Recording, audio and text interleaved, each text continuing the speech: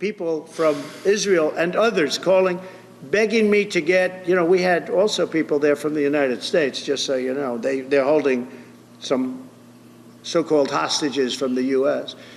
If those hostages aren't back, I don't want to hurt your negotiation. If they're not back by the time I get into office, all hell will break out in the Middle East. And it will not be good for Hamas, and it will not be good, frankly, for anyone. All hell will break out. Iya, baik pemirsa, kami lanjutkan pembahasan kami. Tadi kita putarkan statement dari Donald Trump soal konflik di Palestina Israel termasuk juga di Middle East. Kalau tadi Mbak Dina sempat mengatakan mungkin dia akan melihat keluar. Salah satunya seperti apa sikapnya melihat bahwa Trump itu kan sangat membela Israel. Akankah ada yang berubah mengingat Middle East juga mulai mendatangkan investasi mereka ke Amerika, jadi nggak boleh sembarangan juga nih Trump. Kalau Israel sih saya kira itu akan dibela habis-habisan ya. Jadi buat kita yang ada di Indonesia dan berusaha betul untuk memastikan bahwa ada hak untuk Palestina, ini perjuangan makin berat ini, jalan makin terjal ini.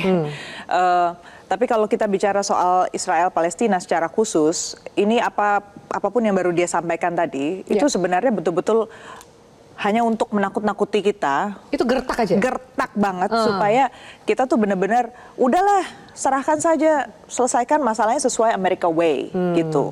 Nah disitulah sebenarnya cara dia untuk naruh chip pertama lah dalam meja diplomasi, harusnya masuk, apalagi nanti dia ada special envoy khusus untuk Israel Palestina ini. Di situ harusnya disambut oleh negara-negara yang lain, kita hadapi itu, kita kerubuti bareng-bareng, istilahnya gitu. Jadi supaya jangan hanya dia yang menyatakan statement, tapi kita juga punya pernyataan bahwa apa yang dia katakan, apa yang nggak kita terima gitu. Oke. Komisi 1 DPR dan Indonesia yang jelas-jelas janji Presiden Prabowo juga kan akan mendukung Palestina, bahkan untuk kemerdekaan Palestina. Bagaimana akankah merespon ini, harusnya seperti apa Pak Sukamta supaya menjaga hubungan Indonesia-Amerika nih? Ya, Trump ini kan bisnismen. Bisnismen itu ingin segala sesuatu itu efisien, semua dikerjakan dengan cepat gitu. Jadi bahasa-bahasanya bahasa-bahasa yang sebetulnya lebih ke menunjukkan bisnismennya daripada politisinya sebetulnya. Membedakannya itu dari mana? Menunjukkan bahwa itu bahasa presiden, bahasa bisnismen dan juga bahasa seorang politisi. Memang itu bab style ya. Jadi dia pengen semua segera selesai gitu. Cuman kita tahu bahwa situasi di lapangan kan tidak seperti itu. Nah, sehingga mungkin dia ingin menyampaikan pesan ke banyak pihak. Kalau tadi dia sebut misalnya nanti Hamas begini begitu, tapi kan dari yang kita dengar justru yang merasa tertekan sekali kan Netanyahu, sehingga dia segera setuju terhadap perundingan yang sebetulnya perundingan itu sudah di atas meja 8 bulan yang lalu. Yang masih diundur-undur dan ditolak Hamasnya oleh sudah Netanyahu. setuju, Iya. Netanyahunya nggak setuju. Nggak setuju, betul. Dia lebih memilih membunuh pemimpin juru runding dari Hamas, si Ismail Haniyeh gitu.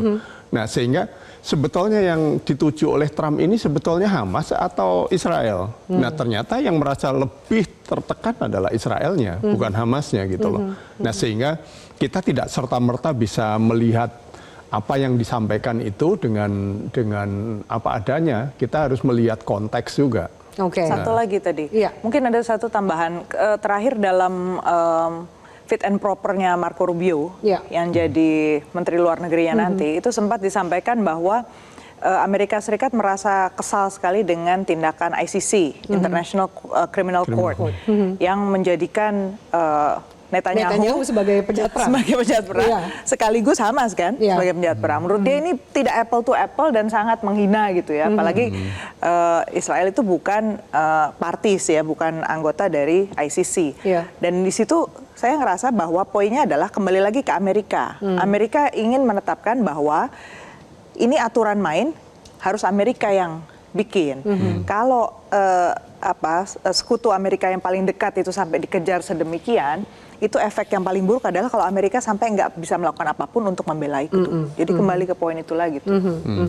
Mas Yose ada tanggapan? Ya, kalau saya sebenarnya melihat bahwa Amerika biar bagaimanapun siapapun jadi presidennya itu pasti akan mendukung atau membela Israel gitu ya. Tetapi saya juga melihat bahwa sekali lagi Trump ini juga adalah bisnis seperti Pak Sukamta bilang, dan dia juga melihat bahwa kondisi di Timur Tengah itu akan lebih menguntungkan kalau memang lebih stabil. Jadi kita juga perlu melihatnya dari sisi Timur Tengahnya sendiri.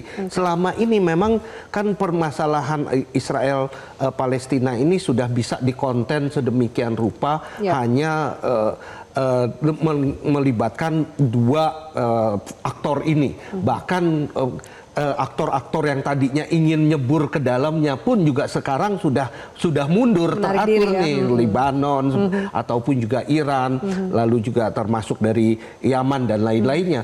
Nah, oleh karena itu kelihatannya Trump ingin supaya lebih cepat lagi agar ini menjadi lebih stabil, dan itu tentunya akan mendukung sekali berbagai agenda-agenda bisnis yang akan dia pursue, dia akan jalankan di Amerika Serikat. Semakin cepat kondisi Palestina Israel stabil, semakin cepat dia bisa making money gitu ya. Dia tidak terlalu mendapatkan peduli ekonomi. apakah kemudian Palestinanya ini mendapatkan apapun, Israel juga seperti apa.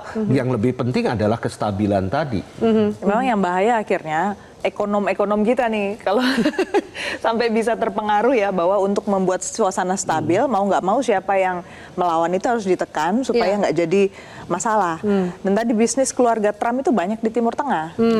Itu. Dan deal-deal ini kan sudah mulai disampaikan ya. Jadi in return untuk jaminan lah ya bahwa Amerika Serikat bisa menciptakan suasana yang lebih damai, nanti bisnisnya datang sendiri tuh ke Kalau di Timur Tengah selama ini juga isu Gaza dan Israel ini itu nggak pernah dibicarakan. Mungkin karena sudah terlalu lama terjadi dan terlalu sering, bukan menjadi atensi utama mereka. Mereka sudah menutup mata saja dengan segala macam komplikasinya itu. Baik, Mas Yose, kita mengajak para narasumber juga pemirsa untuk melihat situasi terkini. Kita lihat bahwa saat ini Presiden terpilih Donald Trump bersama dengan istri Melania Trump disambut oleh Presiden Joe Biden dan juga Ibu Negara Jill Biden. Mereka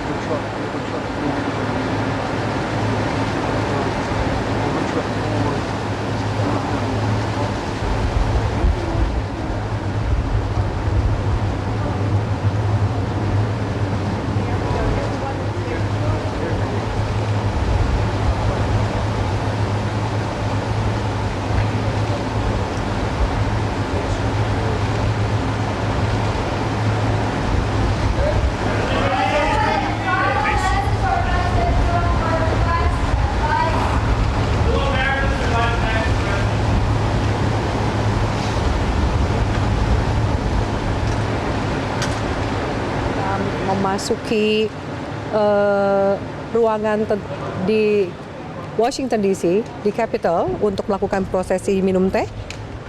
Terlihat juga Melania Trump bersama dengan Jill Biden tengah berbincang. Ini adalah salah satu prosesi resmi yang dilakukan Presiden saat ini dan calon presiden yang akan presiden terpilih maksud saya yang akan dilantik. Kemudian keempatnya akan bersama-sama menuju ke Capitol untuk mengikuti sesi prosesi pelantikan.